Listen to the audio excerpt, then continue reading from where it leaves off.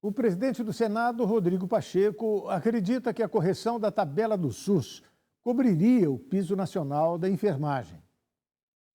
O presidente do Senado, Rodrigo Pacheco, afirmou que a atualização da tabela do SUS é o caminho mais viável para a aplicação do piso salarial da enfermagem.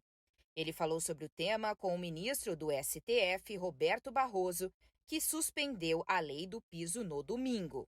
E o que é fundamental, considerando a defasagem da tabela do SUS, internações, por exemplo, com preços e valores muito aquém do que é, inclusive, necessário para cobrir o próprio custo dessas internações, eventualmente essa correção da tabela do SUS seja algo também o mais eficaz e o mais eficiente para poder reparar a questão financeira decorrente da fixação do piso nacional da enfermagem. Eu senti do ministro Luiz Roberto Barroso a absoluta disposição de dar solução ao problema, não é simplesmente o apontamento de um problema sem compromisso com a solução, de modo que agora se inaugura um processo que eu espero que seja muito rápido, de conciliação entre os autores da ação, municípios, estados. Rodrigo Pacheco disse também que marcará reuniões com os ministros Paulo Guedes, da Economia, e Marcelo Queiroga, da Saúde, para discutir os caminhos possíveis.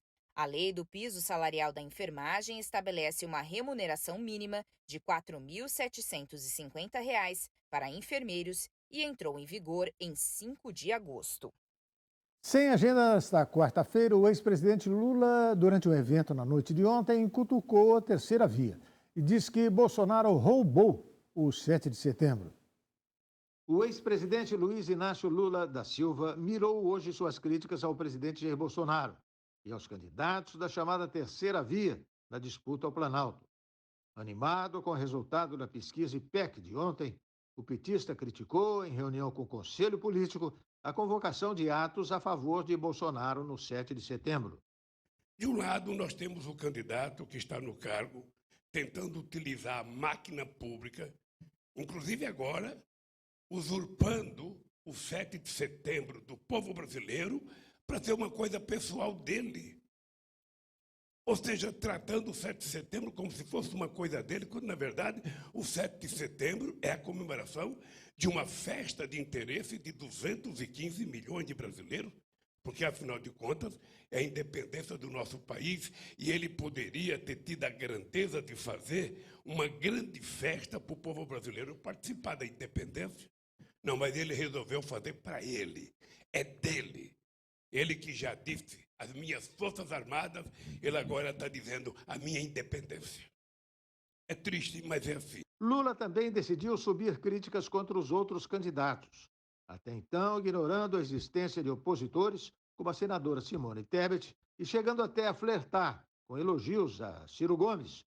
O petista decidiu atingir também os candidatos com menos de 10% de intenções de voto, de olho em uma possível vitória no primeiro turno. Eu sei que às vezes vocês ficam chateados porque os candidatos da oposição nos atacam. E é normal, a gente tem que compreender. Primeiro, eles atacam o Bolsonaro porque eles querem ganhar uns pontinhos dos eleitores do Bolsonaro.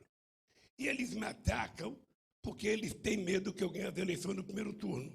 O petista encerrou sua fala na reunião com um aceno a seguir em pautas propositivas, focando em economia. O dado concreto é que a gente não tem que ficar retrucando e a gente não tem que ficar aceitando o nível baixo de campanha. Nós não precisamos fazer jogo rasteiro. Nós temos que tentar discutir os assuntos que interessam ao povo brasileiro. E vocês estão percebendo que o povo quer resolver o problema da sua dívida, o povo quer resolver o problema do seu desemprego, o povo quer resolver o problema de acabar com a economia informal, porque ele quer ser cidadão pleno. O objetivo dessa estratégia é passar a imagem de que Lula não está interessado em picuinhas com os outros candidatos. E para celebrar a independência, o candidato do PDT, Ciro Gomes, publicou um vídeo dizendo que o país merece viver dias melhores.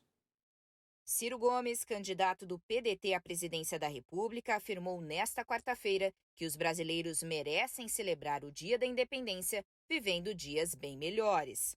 A declaração foi divulgada em vídeo nas redes sociais. O Brasil e os brasileiros merecíamos comemorar os 200 anos de nossa independência, vivendo dias bem melhores. Porém, mesmo com os dramas e ameaças que nos cercam, não podemos perder a fé e a esperança nesse nosso país tão lindo. Ciro ressaltou que o Brasil é maior que qualquer problema e tem solução para qualquer dificuldade. Segundo o candidato, a boa política é a única solução para as dificuldades que o país enfrenta. Se a má política foi, infelizmente, a porta de entrada para os atuais problemas, a boa política é a única e verdadeira porta de saída para nos livrarmos deles. Tenho a mais profunda esperança de que encontraremos juntos um novo caminho. E o Brasil vai realizar plenamente o seu futuro de nação livre, justa e soberana. Nesta tarde, Ciro Gomes esteve na cidade de Mariana, em Minas Gerais. Em encontro com o arcebispo Dom Ayrton José, falou sobre fé e esperança para um Brasil mais humano e desigual e defendeu a democracia no país. Morreu aos 81 anos Emanuel Araújo. Ele foi um dos principais expoentes das artes plásticas afro-brasileiras. O artista plástico e intelectual Emanuel Araújo, um dos gigantes das artes de raiz afro-brasileira no país, morreu nesta quarta-feira em sua casa em São Paulo, aos 81 anos. O velório aconteceu durante o dia, no pavilhão do Museu Afro-Brasil, que vai receber oficialmente o nome de Araújo e que foi curador da instituição de sua fundação em 2004 até sua morte. Araújo construiu, durante mais de 6 décadas, uma carreira múltipla que ia da escultura à ilustração, da gravura à cenografia, sempre ressaltando o papel da herança negra na cultura nacional. Sua primeira exposição individual foi em 1959, na sua Bahia natal, com um trabalho marcado pela xilogravura e pelas ilustrações voltadas ao teatro. A partir da década seguinte, sua obra foi se tornando mais abstrata. Na década de 1970, foi premiado na terceira Bienal Gráfica de Florença e pela Associação Paulista de Críticos de Arte, que o considerou o melhor escultor e gravador do país. O governador de São Paulo, Rodrigo Garcia, decretou luto oficial de 3 dias no estado. Depois do intervalo, Liz Truss participa de sua primeira sessão como nova primeira-ministra do Reino Unido. O RB Notícias volta daqui a pouquinho. Até já.